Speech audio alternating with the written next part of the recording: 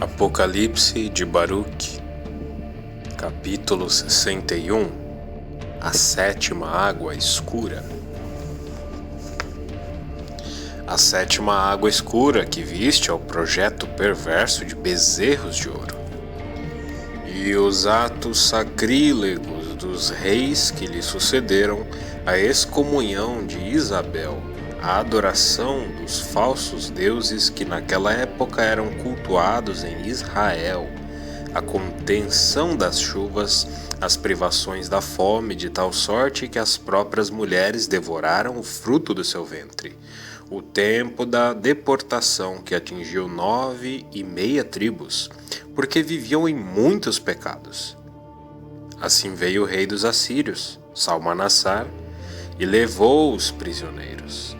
E muitas coisas poderiam ser ditas também dos povos pagãos, dos muitos delitos e violências por eles sempre praticados, nunca se comportando com retidão.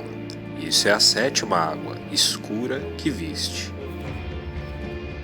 Capítulo 62. A oitava água clara. A oitava água clara que viste a retidão e a probidade do rei de Judá Ezequias, e a benevolência divina com que foi agraciado. Eis que Senaqueribe, cheio de raiva, planejou aniquilá-lo e, arrebatado pela cólera, procurou arruiná-lo, fazendo alianças com as muitas nações que a ele se uniram. O rei Ezequias teve conhecimento dos planos do rei dos assírios, da sua intenção de atacá-lo e de levá-lo prisioneiro, e de exterminar o seu povo, composto das 2,5 tribos que restaram. Tencionava além disso arrasar a própria Sião, e Ezequias, apoiado em suas boas obras, pôs a sua esperança nos méritos da retidão. Dirigiu-se então ao Todo-Poderoso: Vê, Senhor, Senaqueribe já está às portas para nos arruinar. Ele se levantará com arrogância para aniquilar Sião. E o Todo-Poderoso ouviu a sua voz, pois Ezequias era homem prudente e depositava esperanças na sua oração, por ser um justo. Então o Todo-Poderoso convocou seu anjo Ramiel, o mesmo que agora fala contigo. E eu fui e exterminei a grande multidão deles. Só os seus chefes chegavam a 185.000, e cada um deles tinha um número determinado de comandados. Queimei seus corpos, mas deixei intactos suas armas e seus instrumentos, para que os prodígios do Todo-Poderoso ficassem mais ainda em evidência, e para que no mundo inteiro se falasse do seu nome. Dessa forma Sião foi salva, Jerusalém foi libertada, e Israel livrado dos seus temores. Rejubilavam-se todos os que estavam na Terra Santa. O nome do Senhor era louvado e pronunciado por todos. E isso é a água clara que viste. Capítulo 63. A nona água escura. A nona água escura que viste é toda a maldade que ocorreu nos dias de Manassés, filho de Ezequias. Ele portou-se de modo infame. Mandava executar os piedosos, distorcia o direito, derramava o sangue inocente, violentava mulheres honradas, derrubava os altares, aboliu as oferendas do sacrifício, expulsou os sacerdotes para que não mais servissem ao templo, mandou fazer uma estátua de 5 faces, 4 delas olhavam na direção dos 4 ventos, e a quinta encontrava-se no topo da imagem, como para desafiar o Todo-Poderoso. Então o Todo-Poderoso encheu-se de cólera. Sião devia ser completamente destruída, e isso aconteceu nos vossos dias. A sentença recaiu também sobre as 2,5 tribos, devendo elas também ser arrastadas ao cativeiro, como tu viste. A maldade de Manassés foi tão grande que a majestade do Altíssimo afastou-se do templo. Por isso Manassés foi nesse tempo por todos reconhecido como um celerado, e o seu destino final seria o fogo. Todavia, quando sua oração encontrou ouvidos junto ao Altíssimo, foi-lhe finalmente concedido um sinal de prodígio, pois no momento em que ia ser lançado no interior do cavalo de bronze, este derreteu-se. Levou uma vida iníqua e não era digno desse prodígio, mas por esse sinal ele devia finalmente reconhecer por obra de quem ser-lhe-iam infligidos sofrimentos. Aquele que pode conceder o bem, pode também castigar. Capítulo 64. Manassés. Assim Manassés comportou-se insensatamente, julgando que o Altíssimo a seu tempo não exerceria sua vingança. Isso foi a 9ª água escura que viste. Capítulo 65.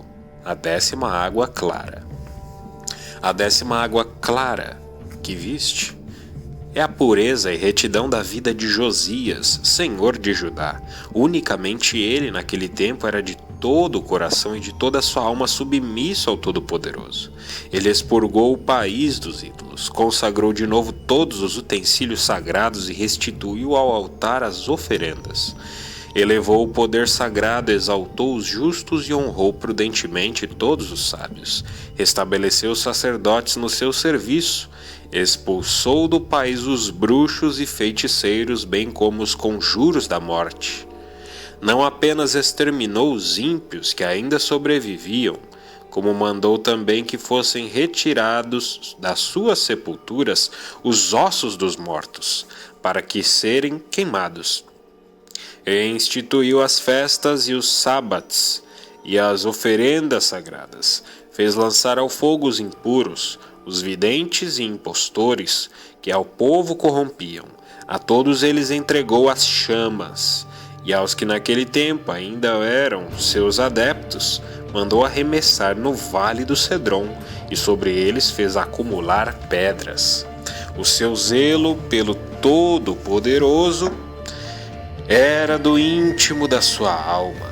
Naquele tempo apegou-se firmemente à lei, não deixando ninguém circunciso e não permitindo pelo tempo que viveu que ninguém em todo o país deixasse de praticar a religião. Assim ele se tornou merecedor de recompensa perene e de honra sempre renovada junto ao Todo-Poderoso, como acontecerá a muitos nos últimos dias. Para ele, bem como para todos os que se lhe comparam, foram preparados e criadosos esplendores da glória, como anteriormente foi-te revelado. Essa foi a água clara que viste. Capítulo 66. A 11ª água escura.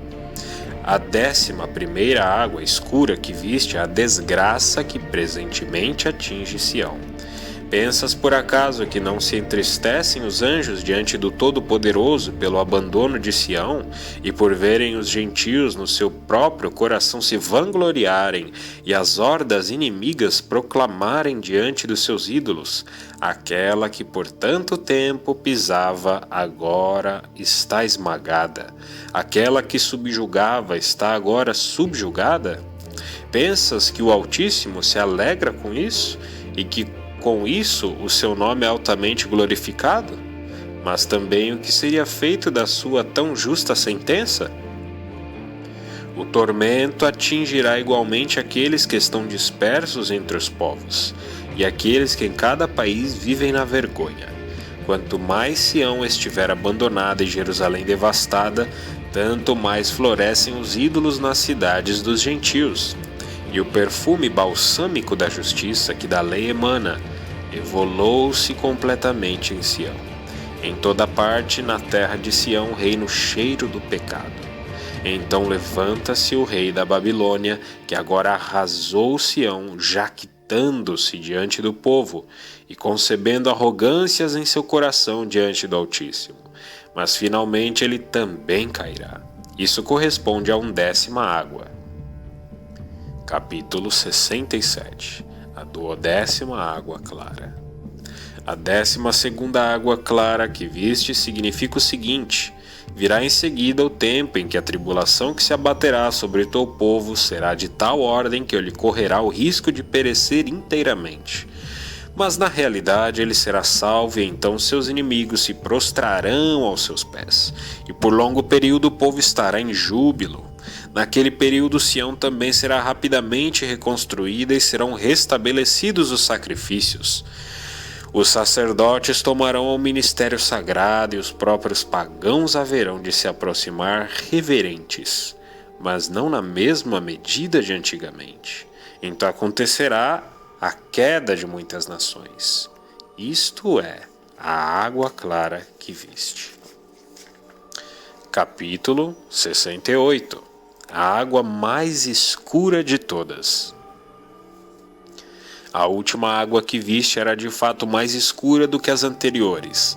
Ela veio depois das 12 precedentes. Atingiu o mundo inteiro. O Altíssimo separou essas águas de antemão, pois somente Ele sabe o que vai acontecer. Pois dos pecados e das provocações que acontecerão sob os seus olhos, Ele discerne com antecedência 6 espécies. Das boas ações dos justos que diante dele se realizarão, ele igualmente distingue 6 espécies, independentemente de tudo aquilo que ainda realizará no fim do mundo. Por isso é que das águas escuras não resultou a escuridão, nem das águas claras a claridade. Então será o fim. Capítulo 69. O sentido da mais escura das águas.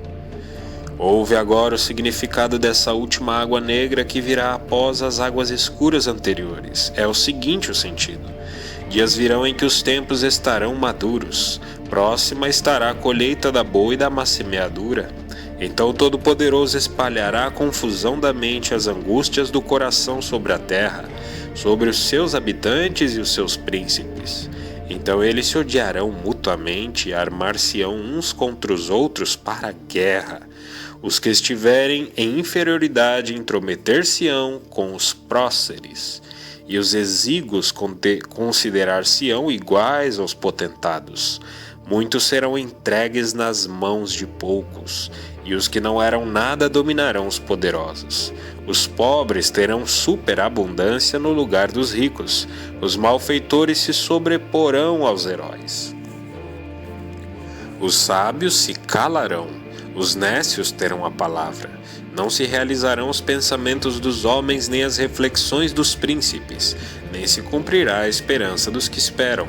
Ao chegar o que agora foi anunciado, a confusão se estabelecerá entre todos os homens.